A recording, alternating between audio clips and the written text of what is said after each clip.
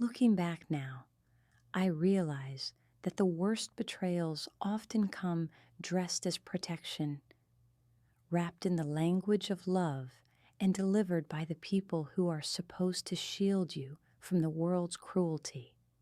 But on that November morning, when my father called after 10 years of silence, I had no idea that the conversation would force me to confront not just the lies that had shaped my adolescence, but the carefully constructed fortress I'd built around my adult life. My name is Thessarian Corvell, though most people call me Thessa, and at 27, I owned a restored Victorian house in the hills of Ashwood Creek, a consulting business that specialized in nonprofit organizational restructuring, and a life that I'd carved out entirely on my own terms. The house was my pride: 3 stories of original hardwood floors, bay windows that caught the morning light, and a wraparound porch where I drank coffee every sunrise, watching the town wake up below me. I'd bought it with money I'd earned through 18-hour workdays and weekend contracts, every mortgage payment a small act of defiance against the people who'd once told me I'd never amount to anything. The phone rang at 7:38 that morning, just as I was reviewing quarterly reports for the Meridian Children's Foundation. I almost didn't answer. The number was unlisted, and I'd learned to be cautious about unexpected calls, but something about the persistent ringing made me pick up, and when I heard the voice on the other end, my coffee mug slipped from my hands, ceramic shattering against the kitchen tiles. "Thessarian?"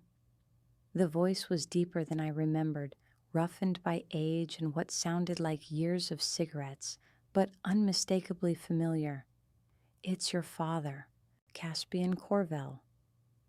The man who'd raised me for the first 17 years of my life, who'd taught me to change oil and balance checkbooks, who'd promised he'd always believe in me no matter what anyone else said.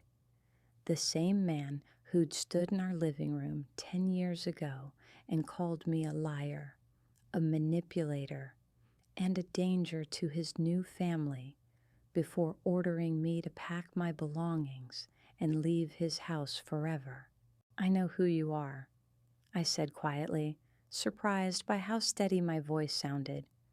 My hands were trembling as I knelt to collect the ceramic pieces, and I could feel that familiar tightness in my chest that had taken years of therapy to manage. "What do you want?" "We need to talk," he said, and there was something in his tone, not quite apologetic, but not as coldly dismissive as it had been during our last conversation, about family obligations, about fairness. I stood slowly, gripping the counter for support. Through my kitchen window, I could see Mrs. Pemberton walking her ancient golden retriever, the same routine she'd maintained for the 3 years I'd lived here. Normal life continuing around me while my carefully ordered world tilted off its axis. "Family obligations," I repeated, tasting the bitter irony of the words. "That's interesting, coming from you. Thessarian, what happened before? That was complicated. Seraphine was going through a difficult time and emotions were running high. But you're still my daughter, and Lyralee is your sister. We're family, whether you like it or not." The casual dismissal of what had happened, the reduction of his wife's lies, and his betrayal to complicated emotions, sent rage flooding through my system so quickly I had to sit down. But underneath the anger was something more dangerous: hope. The treacherous part of my heart that had never stopped wanting my father's approval, his acknowledgement, his love. "What do you want?" I asked again, forcing emotion out of my voice. "Lyralee is starting college next fall. She got into Whitmore University, full scholarship for academics, but she needs housing money, living expenses. You know how expensive education is these days. I waited, saying nothing, knowing there was more coming. That house you bought, the Victorian up on Maple Street, it's quite impressive. Worth probably 400,000, maybe more in today's market. It seems to me that splitting that asset would be the fair thing to do. Family helping family. The audacity of it hit me like a physical blow. He wanted me to give half my house, the house I'd worked 3 jobs to afford, the house I'd bought with money I'd saved while living in a studio apartment and eating ramen noodles for dinner, to the girl who'd stood by silently while her mother destroyed my relationship with my father. You want me to give Lyrelei half my house? I said slowly, making sure I understood correctly. It's not giving, it's sharing, like families do. You've done well for yourself, Thessarian, better than anyone expected.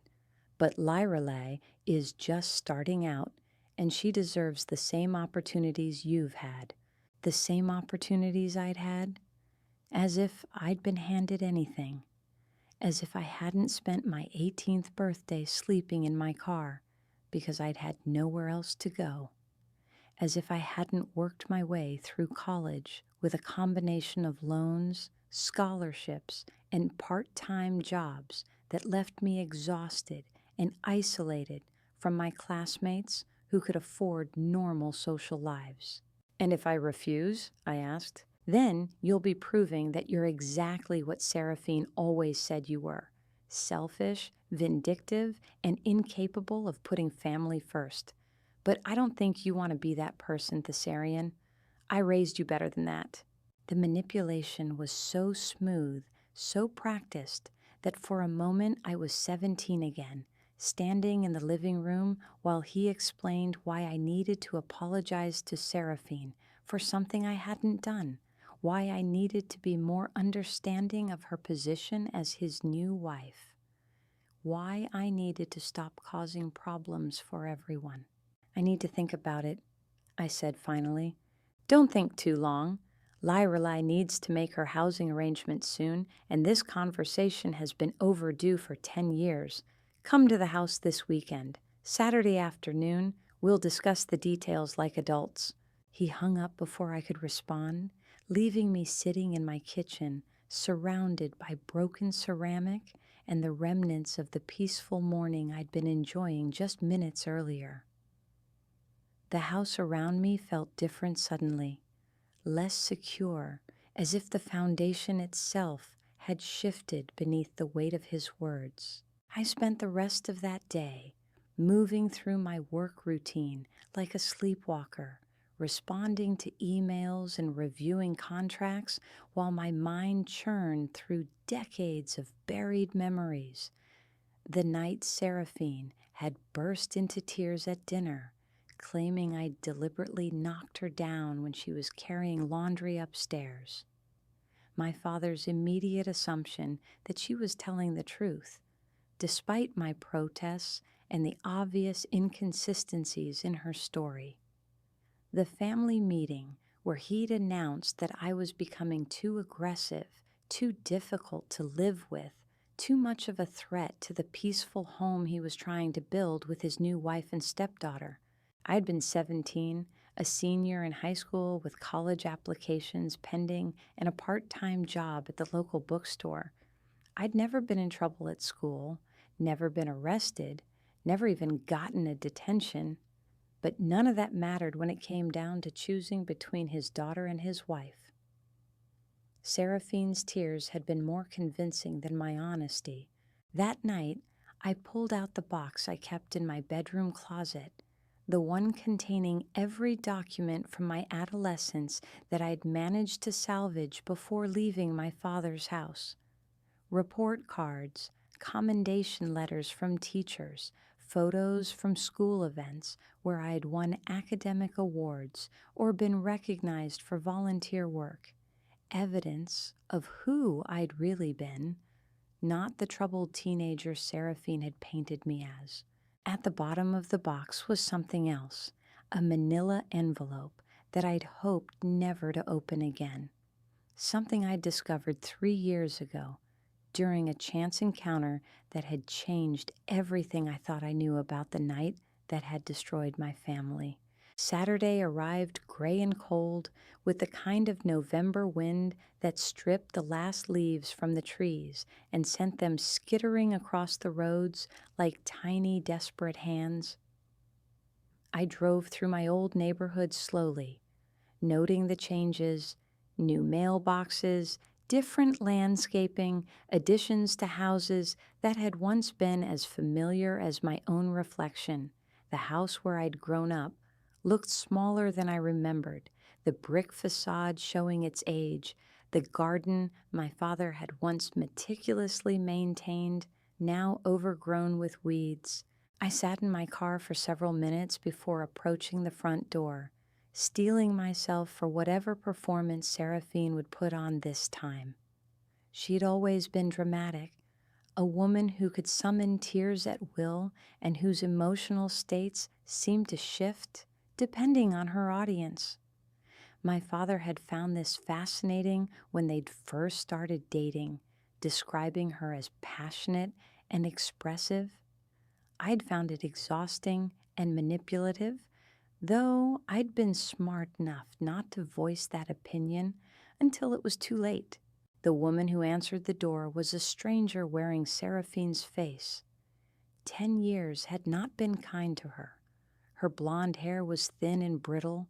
Her skin had the grayish pallor of someone who smoked too much and slept too little, and she'd gained weight that settled unflatteringly around her midsection.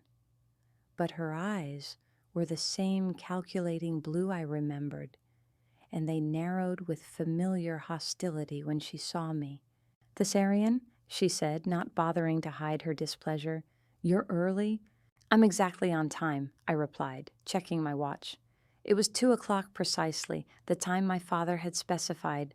She stepped aside to let me enter, and I walked into the living room where I'd spent countless evenings doing homework and watching television with my father.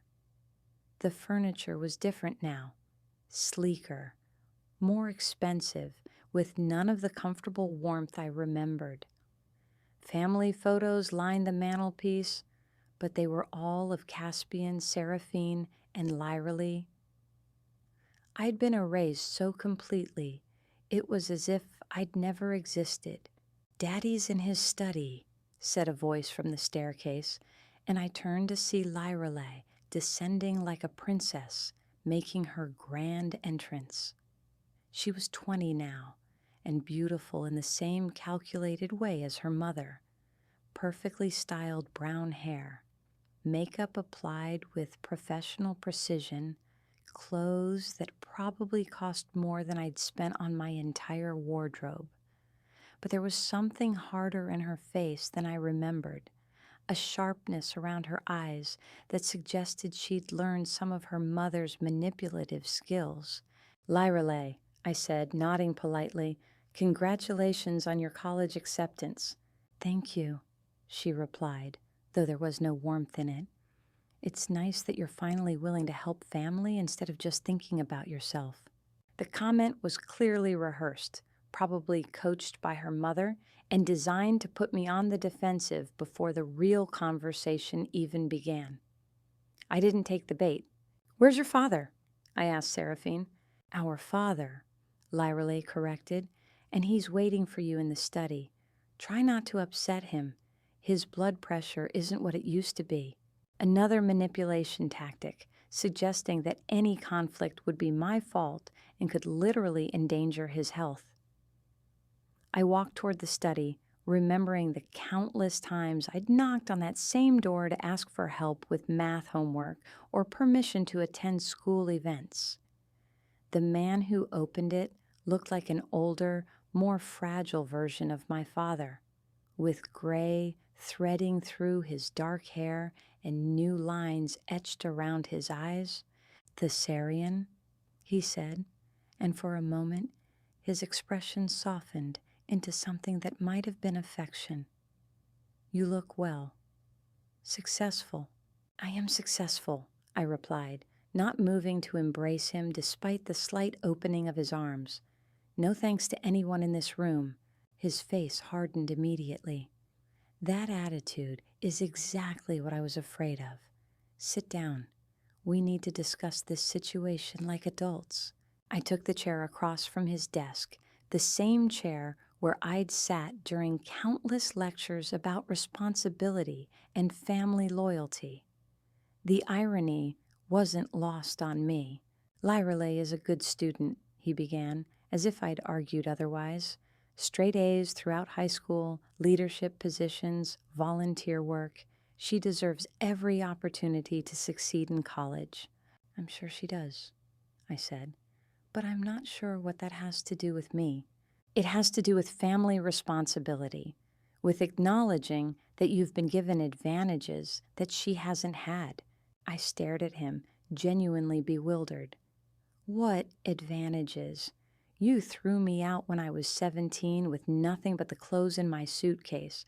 I've worked for everything I have. You've had 10 years to establish yourself without family obligations, no one depending on you, no one else's needs to consider. Lyreley has spent her teenage years helping her mother through health problems, being a supportive daughter, putting family first. The rewriting of history was breathtaking. In his version, my exile had been a gift. Freedom from responsibility rather than abandonment and betrayal. Lyreley's continued presence in the house had been sacrifice rather than simply being the daughter who hadn't been falsely accused and kicked out. What exactly are you asking me to do? I said, though I already knew. Sign over half ownership of your house to Lyreley. It's assessed at approximately $420,000, so her half would be worth about $210,000. She could take out a home equity loan against her share to pay for college expenses, or we could arrange for you to buy out her half over time. And if I refuse? His expression grew cold. The brief softness I'd seen when he'd first opened the door, completely gone now. Then you'll be proven that you're exactly the selfish, vindictive person Seraphine always said you were. Incapable of growth, incapable of forgiveness, incapable of putting family before your own interests. It was the same manipulation he'd used on the phone, but delivered with more force now that I was sitting in front of him. The implication was clear. Agree to his demands, or be labeled as the problem, the one who chose to tear the family apart rather than make reasonable sacrifices for the greater good. I need to understand something, I said slowly. You're asking me to give half of my house, a house I bought and have been paying for entirely on my own, to a girl who wasn't even related to me when you kicked me out of this family 10 years ago. She's your sister, Seraphine said from the doorway, where she'd apparently been listening to the conversation. And she's always been part of this family, unlike some people who chose to cut ties and disappear. I chose to cut ties? The words came out sharper than I'd intended. I was 17 years old when you lied about me hitting you, and he believed you without question. I didn't choose anything. I was thrown out. That's ancient history, my father said dismissively. We're talking about moving forward now, about being the kind of person who puts family first. Ancient history, I repeated. My entire adolescence, destroyed by a lie, is ancient history. You are becoming impossible to live with, Seraphine said, stepping into the room now. Always argumentative, always undermining my authority, always making Lyreley feel unwelcome in her own home. The incident on the stairs was just the final straw. The incident that never happened, I said quietly. Are you calling my wife a liar? My father asked, his voice dropping to the dangerous tone I remembered from childhood, the one that usually preceded groundings or loss of privileges. I'm stating a fact. I never touched Seraphine. I was never violent toward anyone in this house, and you both know it. The silence that followed was thick with tension and old resentments. Lorelei had moved to stand behind her mother's chair, presenting a united front of injured innocence. 3 against 1, just like it had been 10 years ago. "This is exactly what I mean," my father said finally.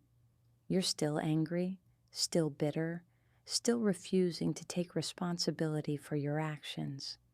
Lorelei has moved on. She's forgiven you for the way you treated her when she first came to live here. She's willing to accept you as her sister, despite everything that happened. And all we're asking is that you show the same generosity of spirit." The gaslighting was so complete, so skillfully executed, that for a moment I felt disoriented. They'd rewritten history so thoroughly that Lorelei was now the victim who needed to forgive me, despite being the one who'd benefited from my exile. I was the one who needed to show generosity, despite being the one who had lost everything. "I need some time to think about this," I said, standing up. "There's nothing to think about," Seraphine said. "Either you're willing to help your sister get an education, or you're not. Either you're part of this family, or you're not." "It's very simple, Thessarian," my father added. "This is your chance to prove that you've grown up, that you've learned something about what really matters in life. Don't let pride destroy your relationship with your family again." Again, as if I'd been the one to destroy it the first time.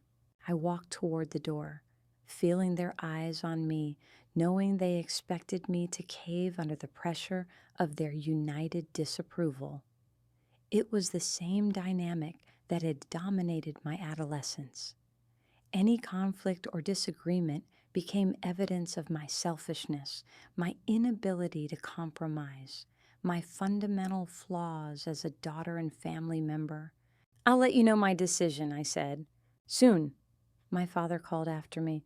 "Lorelei needs to know so she can make her plans." I drove home through the gathering darkness, my hands gripping the steering wheel so tightly my knuckles ached.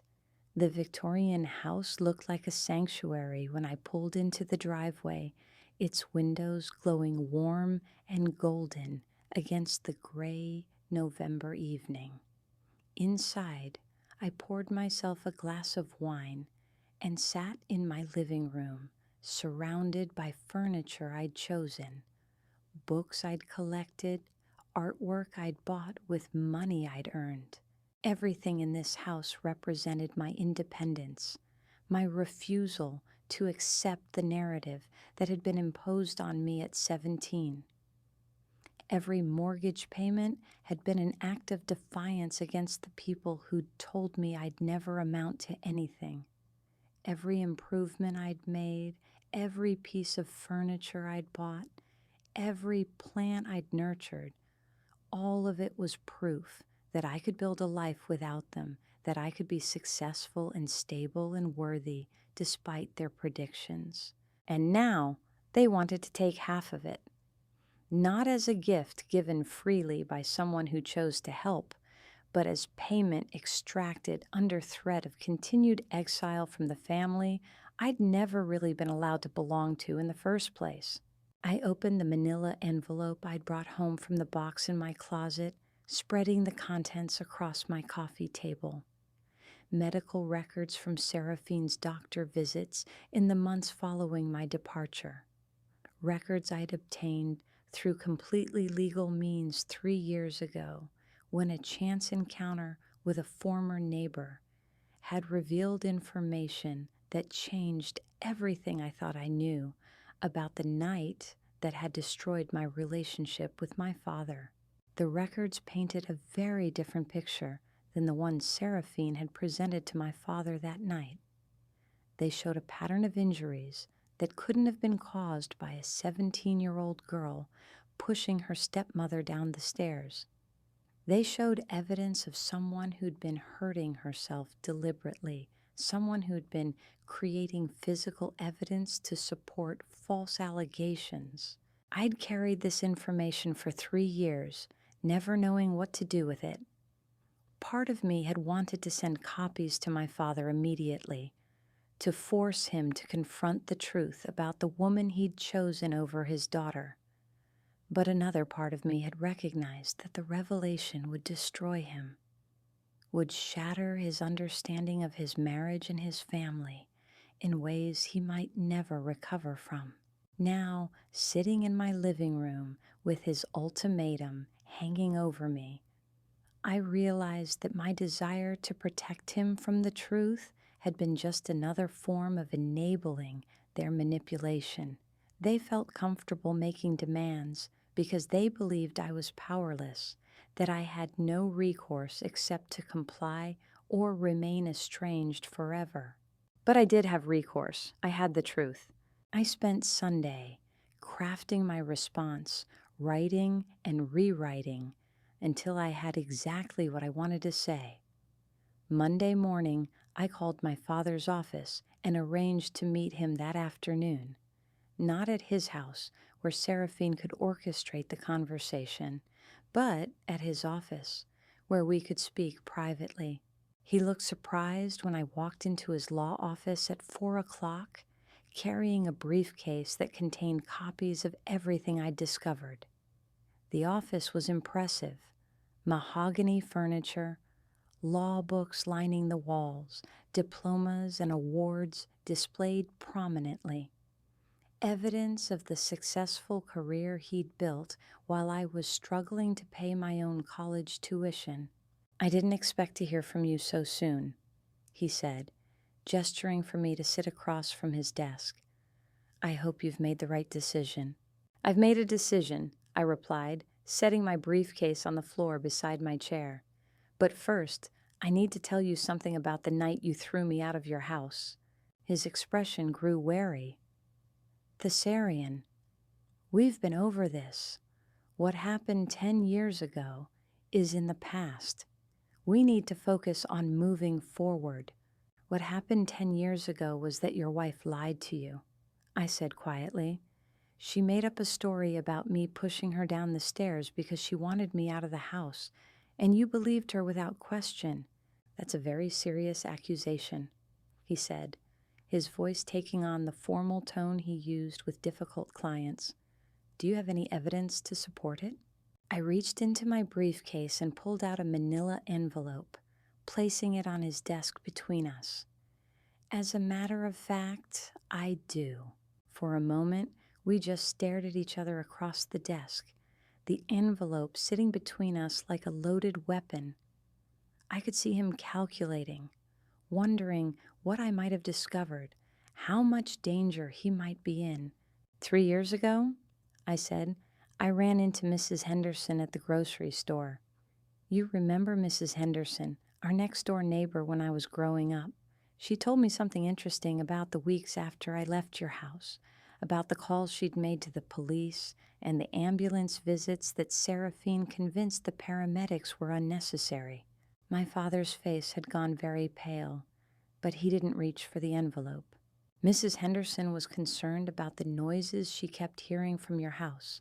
Crying, crashing sounds, things breaking.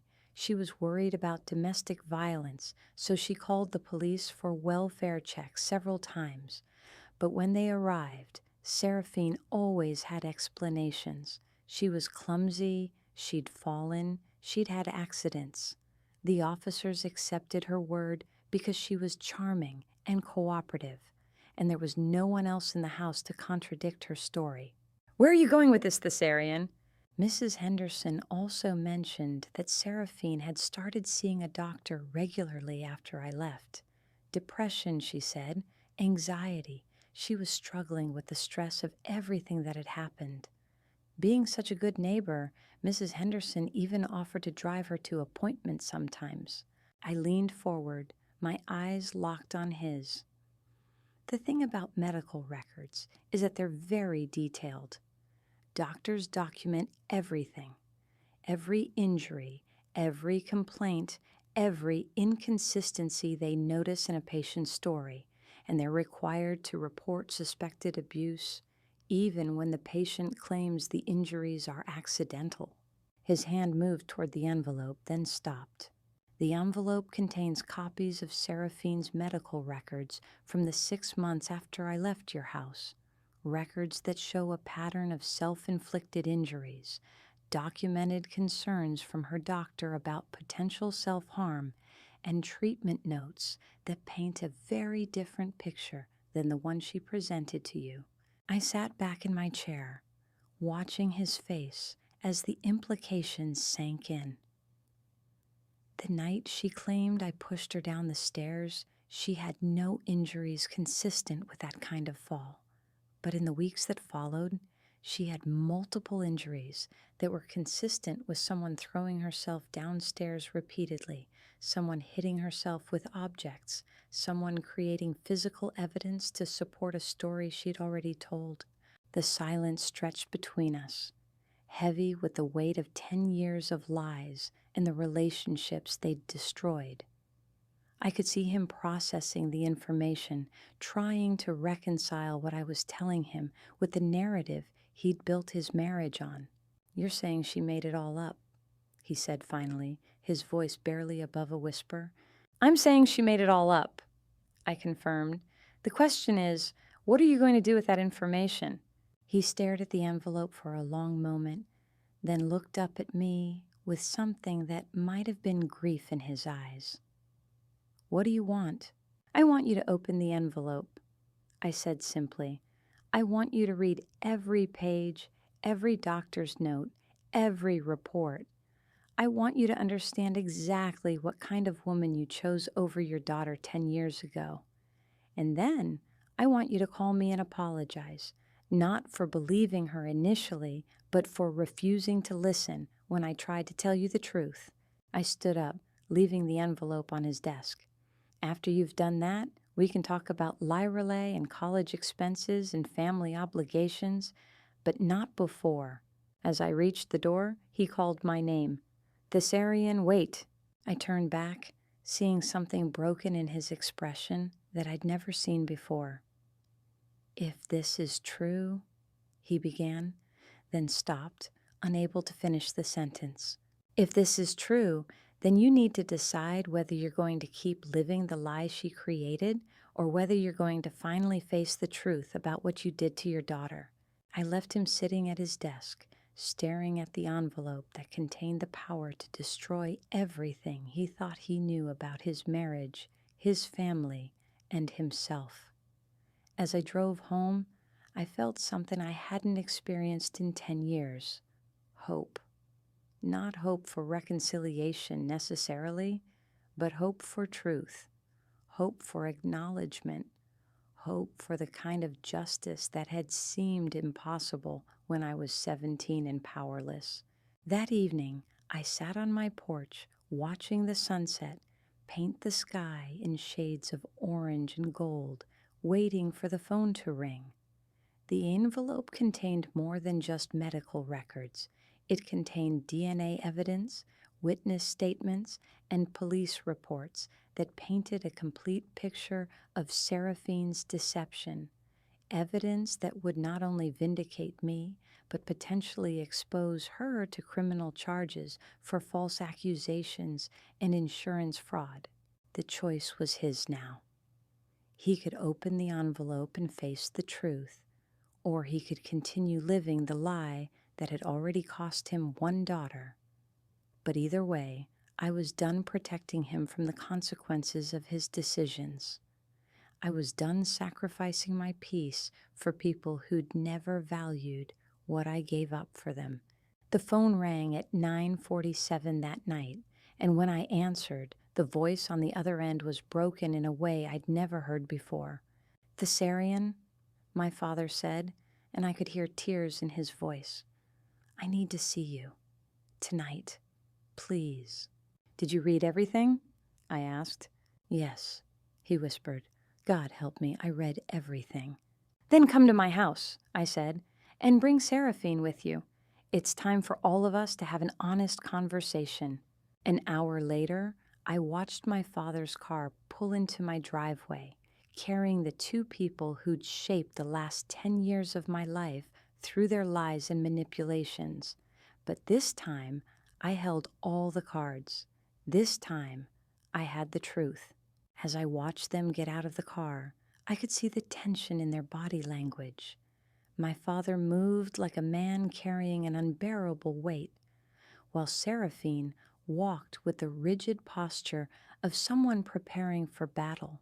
Through my living room window, I could see her face in the porch light, and the expression she wore was one I recognized from my adolescence: cold calculation mixed with barely contained fury.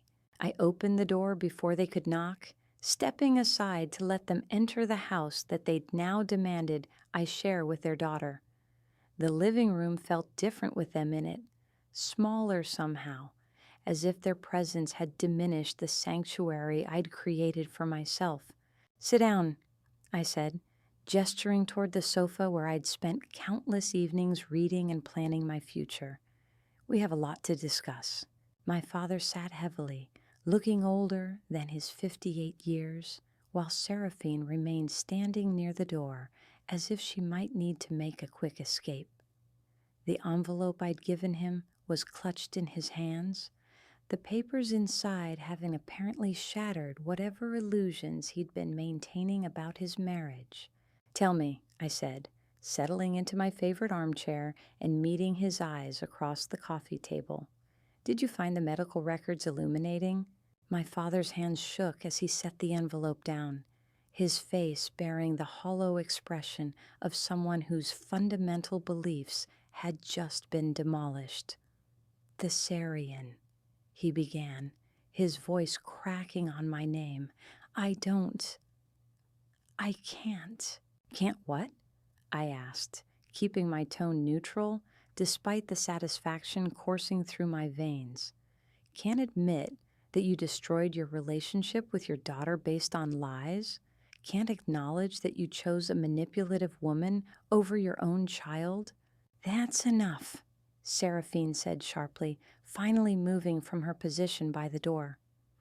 But there was something different in her voice now, a brittleness that hadn't been there before, a defensive edge that suggested she knew the game was up.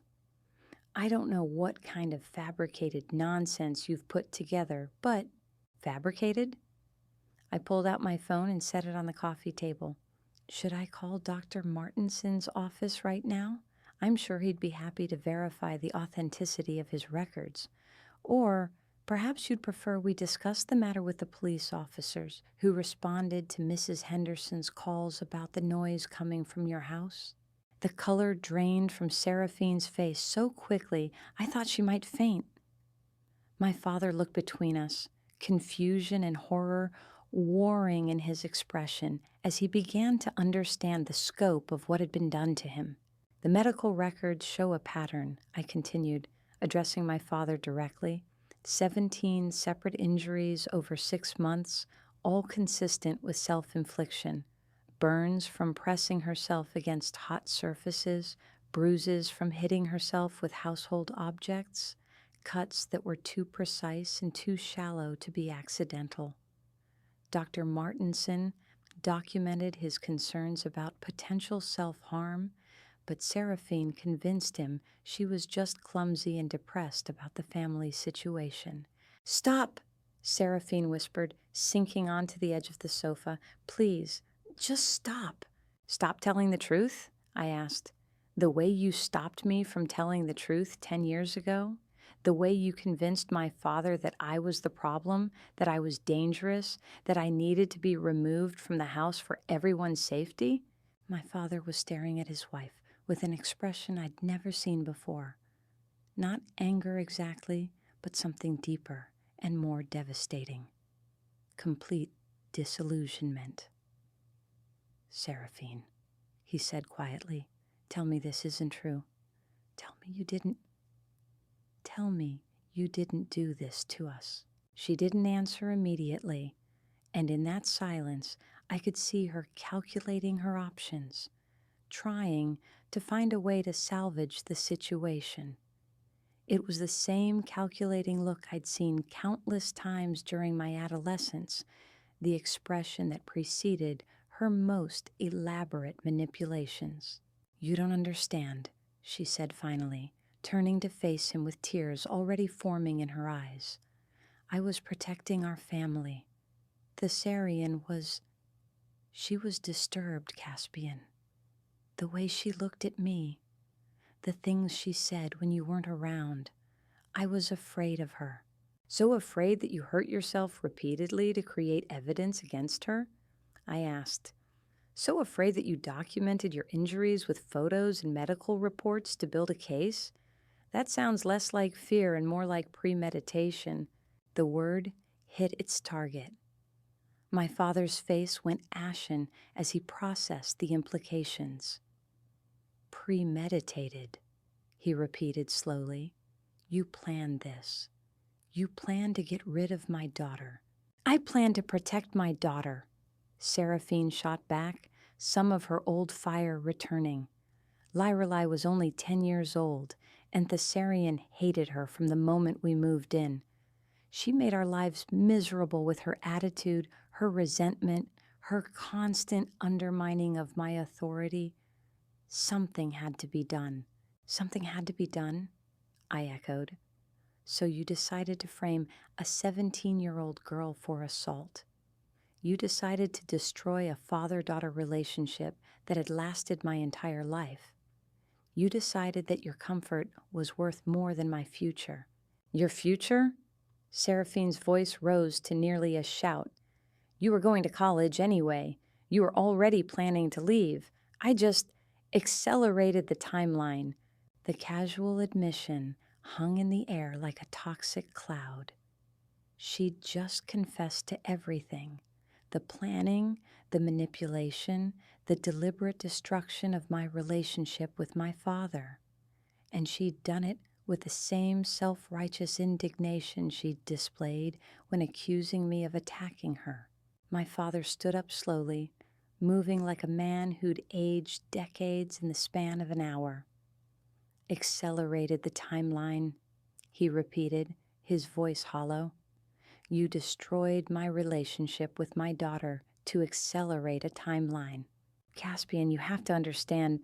"I understand perfectly," he said, and there was something final in his tone that made even Seraphine fall silent. "I understand that I've spent 10 years married to a woman who's capable of this. I understand that I threw away my daughter's love and trust based on lies. I understand that I've been living in a fantasy constructed by someone who cared more about getting what she wanted than about the damage she caused." He turned to me then, and I saw something I'd never expected to see in my father's eyes. Shame so profound, it was almost physical. "Thessarian, I don't know how to apologize for this. I don't know how to make up for 10 years of believing the wrong person." The apology I'd imagined for so long suddenly felt hollow in the face of the devastation I was witnessing. This wasn't the triumphant vindication I'd dreamed of during the darkest moments of my exile. This was the complete collapse of a man who'd discovered that his entire adult life had been built on deception. "You can start," I said quietly, "by not asking me to give half my house to the daughter of the woman who destroyed our family." Seraphine's head snapped up at that, and I saw panic flash across her features. "Lyralee doesn't know anything about this," she said quickly. "She was just a child when it happened. She believes what we told her, that you were troubled and needed to leave for everyone's good. You can't punish her for my mistakes." "I'm not punishing anyone," I replied. "I'm simply declining to subsidize her education with assets I earned while rebuilding the life you and my father destroyed. There's a difference." "But she's your sister," my father said weakly, as if he was still trying to hold on to some fragment of the family narrative he'd constructed. "No," I said firmly, "she's your stepdaughter. She's the child of the woman who lied to tear our family apart, and while I don't wish her any harm, I'm not responsible for her future any more than she was concerned about mine when she watched me get thrown out of this house. The truth of that statement seemed to settle over the room like dust after an explosion. Lorelei had been 10 when I'd been exiled, old enough to understand what was happening, old enough to know that her mother's stories didn't quite add up, but she'd chosen to remain silent, to accept the benefits of my absence without questioning the cost. "She needs help with college," Seraphine said desperately. "We don't have the money we used to have. Caspian's practice has been struggling, and with the economy, then perhaps you should have thought of that before you spent 10 years driving away the daughter who might have been willing to help," I said. "Perhaps you should have considered the long-term consequences of your actions instead of just focusing on the immediate gratification of getting what you wanted." My father sank back into his chair, the envelope of medical records still clutched in his hands. "What do you want from us, Thessarian? What would constitute justice in your mind?" It was a fair question, and one I'd been asking myself for 3 years, ever since I'd first discovered the truth about Seraphine's deception. What did I want? Revenge? Public humiliation? Criminal charges? Financial compensation for the years of therapy and struggle that had followed my exile? "I want honesty," I said finally. "I want acknowledgement of what was done to me, and I want it to stop happening. No more rewriting history to make me the villain. No more demanding that I prove my worth by sacrificing for people who've never sacrificed anything for me. No more manipulation disguised as family obligation." "And Lyraleigh's education?" my father asked. "Is your responsibility, not mine? You've had 20 years to plan for her college expenses. The fact that you didn't isn't my problem to solve." Seraphine was crying now, but they were different tears than the ones I remembered from my adolescence. These weren't the calculated sobs designed to manipulate and control.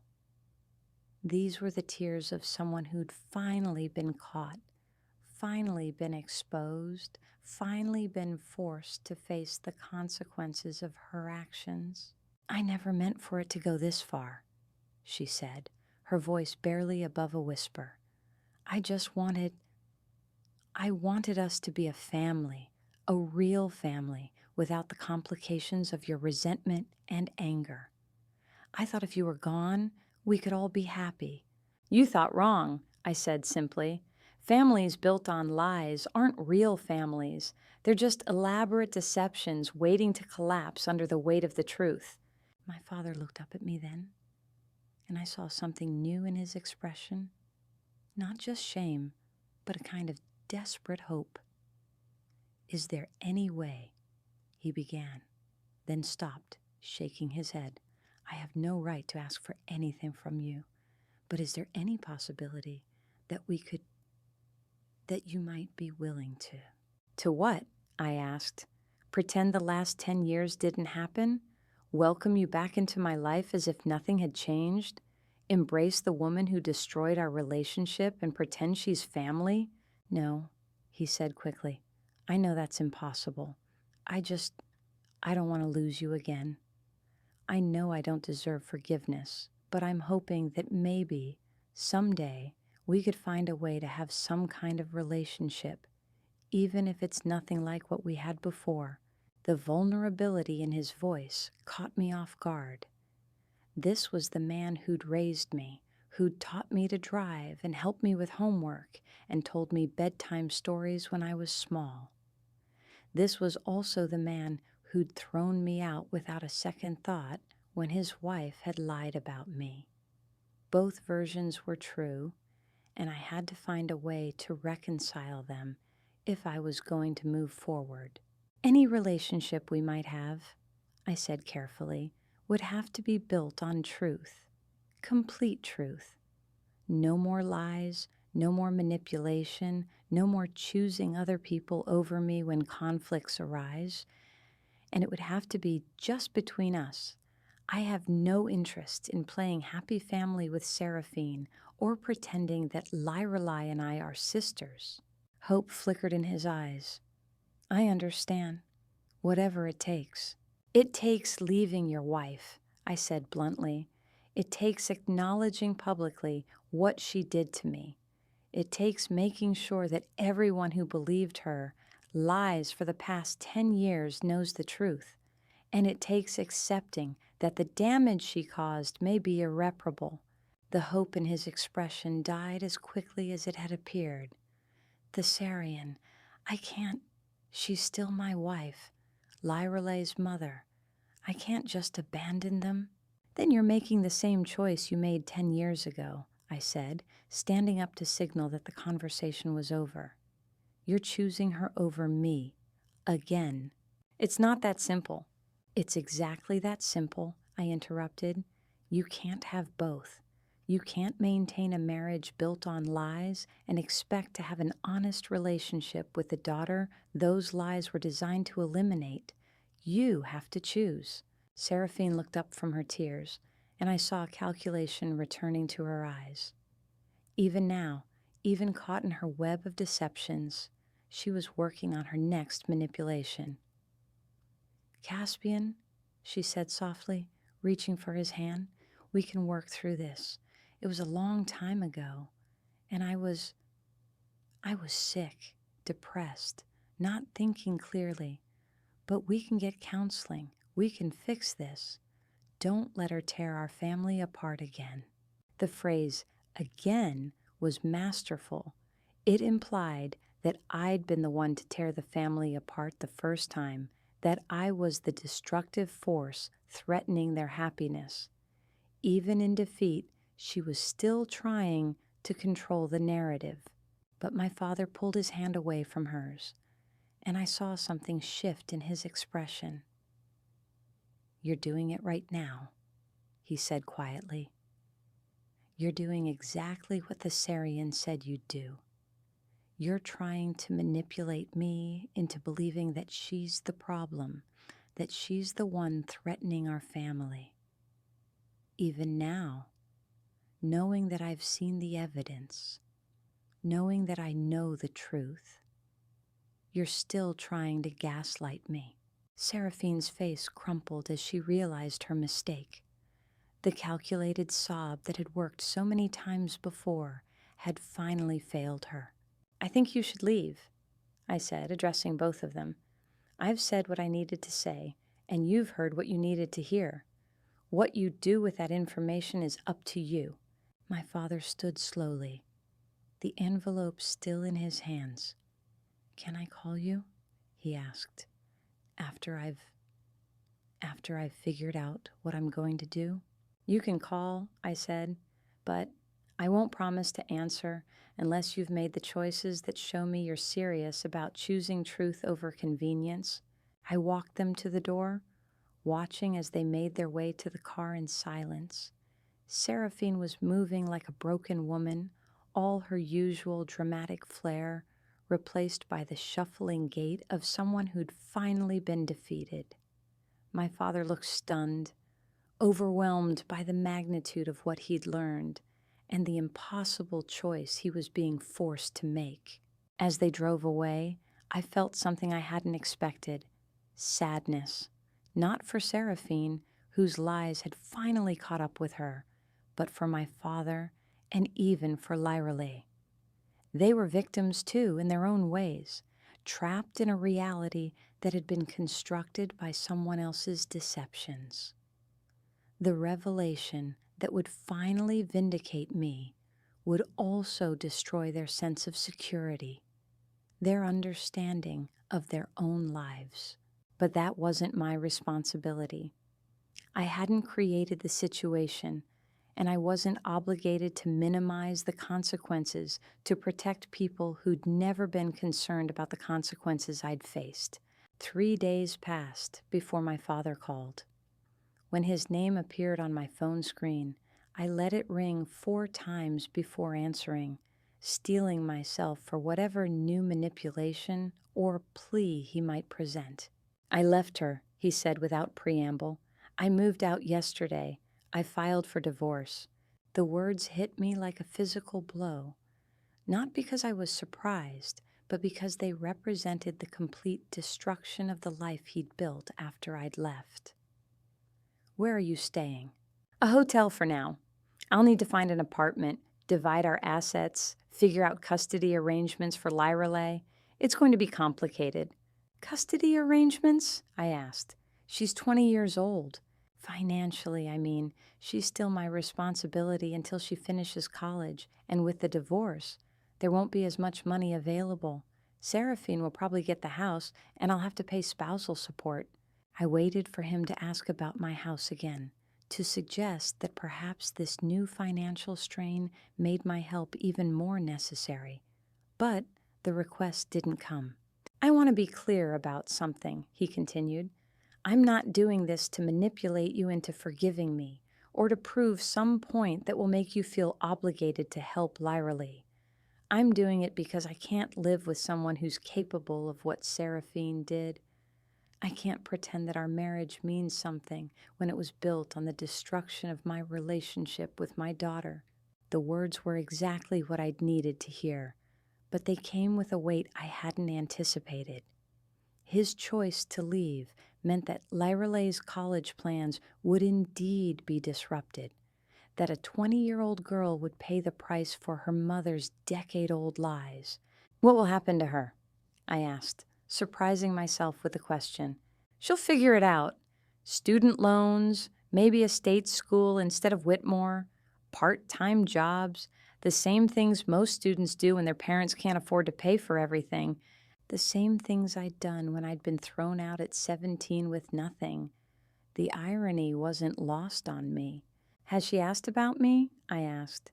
"About why you're leaving?" "I told her everything," my father said quietly.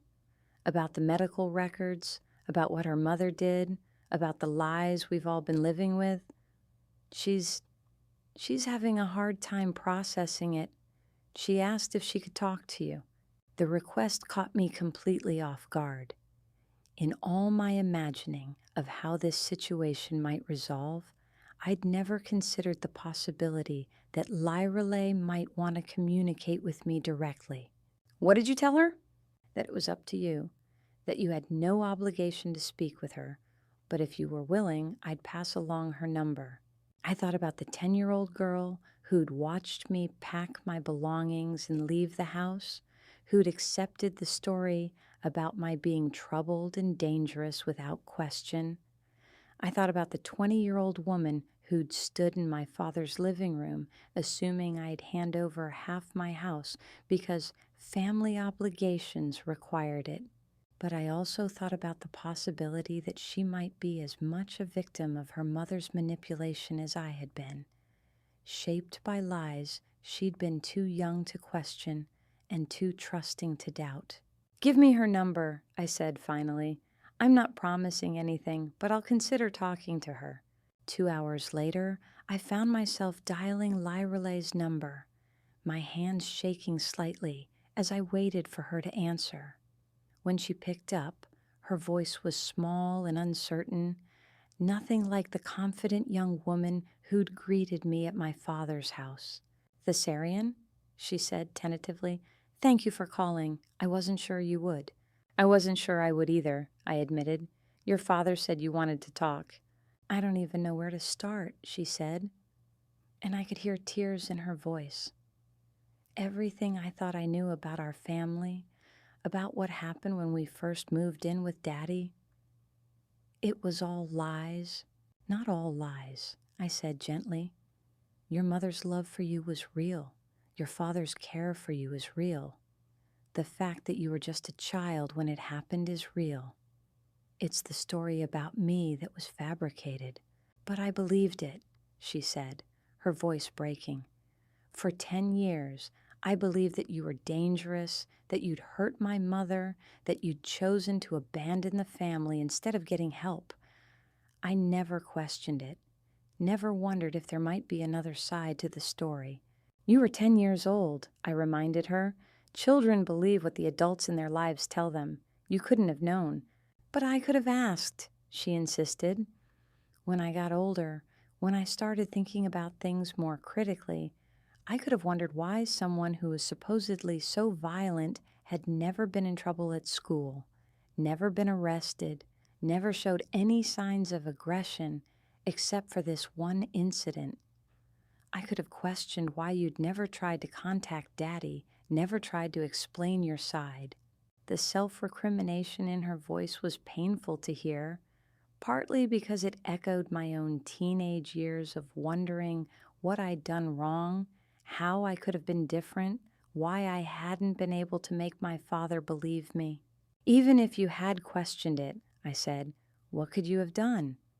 You were a child living in a house where the adults had already decided what the truth was. Asking uncomfortable questions would have just made your life more difficult. Maybe, she said, but I should have tried, and I definitely shouldn't have assumed you'd want to give me half your house just because Daddy asked you to. That was incredibly entitled of me. The apology was unexpected and more meaningful than I had anticipated. Your father convinced you that I owed the family something, that I'd been given advantages you hadn't had. It's understandable that you'd believe him. But it wasn't true, she said firmly. You didn't owe us anything. If anything, we owed you an apology, an acknowledgement, some kind of attempt to make up for what had been done to you. Instead, we showed up asking for more sacrifices.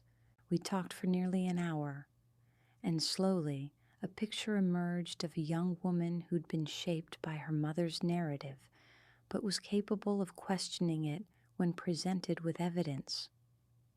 Lirelai had spent the past 3 days reviewing her memories of my time in the house, looking for signs she'd missed, patterns she should have noticed. I remember being confused about why you didn't seem scary, she said. Mother always talked about you like you were unpredictable and dangerous, but when you helped me with homework or made me snacks, you were just nice, normal. I told myself that you were good at hiding your true nature, but maybe the truth was simpler than that. Maybe your mother was the one hiding her true nature, I suggested. Definitely, she said with a bitter laugh. I'm seeing a lot of things differently now. The way she'd get upset whenever Daddy mentioned you, the way she'd change the subject if I asked questions about why you'd left, the way she seemed almost relieved that you were gone. I thought she was just protective of our family unit, but now I wonder if she was just protecting her lies. By the time we hung up, I had a completely different understanding of who Lirelai was as a person. She wasn't the entitled, manipulative young woman I'd expected, shaped in her mother's image. She was thoughtful, capable of admitting fault, and genuinely remorseful about the role she'd played in perpetuating a false narrative. But that didn't change my position on the house.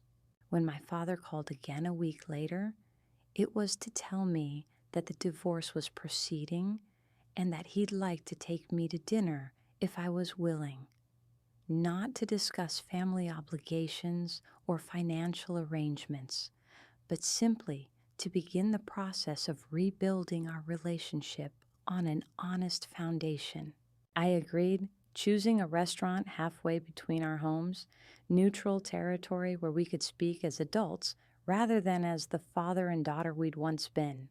He looked older when he arrived, the stress of the past week evident in the new lines around his eyes and the way he carried himself. But there was also something lighter about him, as if a weight he'd been carrying for years had finally been lifted. "How are you doing?" I asked after we'd ordered. "Honestly, I'm terrified," he said. "I'm 58 years old, starting over, facing the fact that the last 10 years of my life were built on deception, but I'm also relieved, I think. I've been living with cognitive dissonance for so long, trying to reconcile the daughter I knew with the person Seraphine claimed you'd become?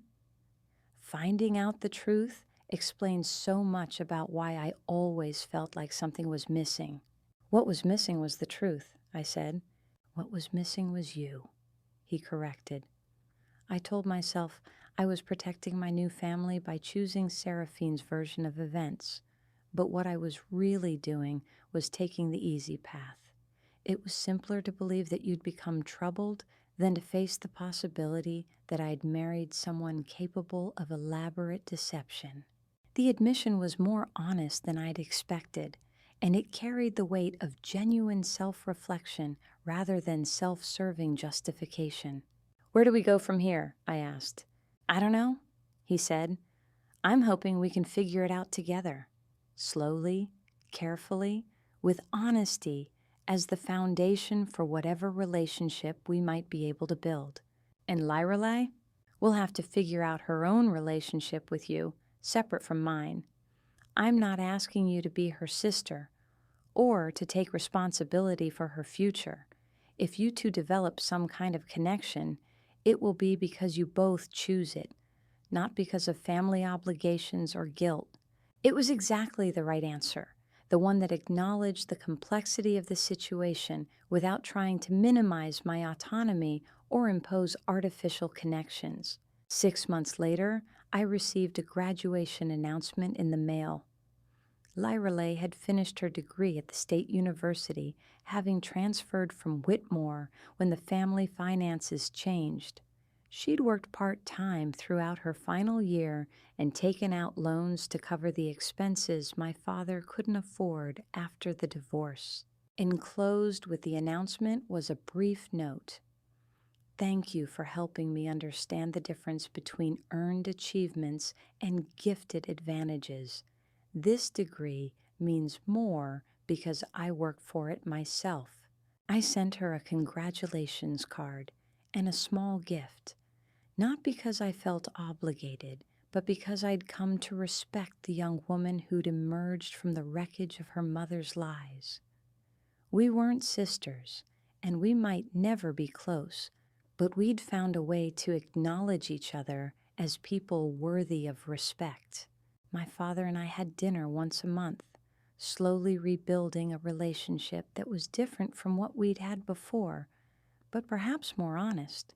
He'd moved into a small apartment across town and was seeing a therapist to work through the guilt and self-recrimination that followed his recognition of what he'd done. Seraphine had moved back to her hometown after the divorce, taking with her the alimony that would support her for the next few years. I kept the Victorian house, every room a testament to my independence and resilience. The mortgage payments continued to be acts of defiance, proof that I could build a life worth living despite the attempts to destroy my foundation. But they were also now acts of self-respect, investments in a future that belonged entirely to me.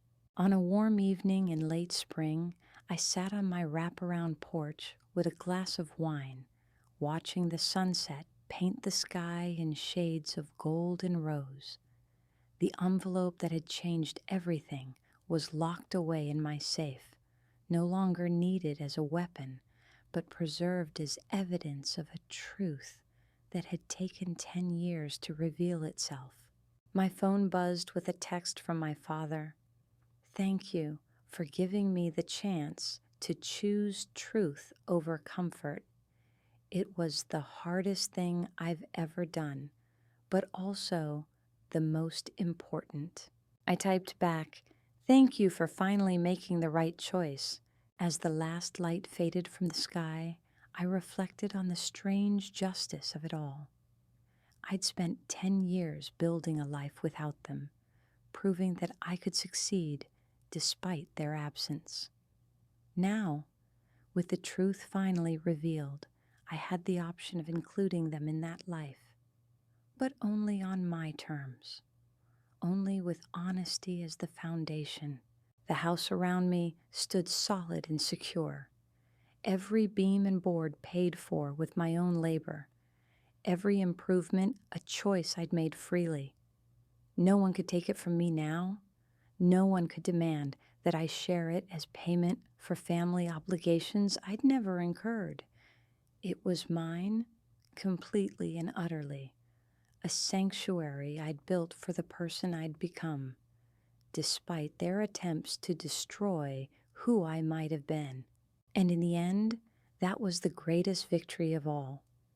Not the vindication, not the apologies, not even the tentative rebuilding of broken relationships. The greatest victory was the simple, profound truth that I'd survived their lies and built something beautiful in spite of them. The envelope had given me justice, but justice had given me something far more valuable: the absolute certainty that I was exactly who I'd always known myself to be.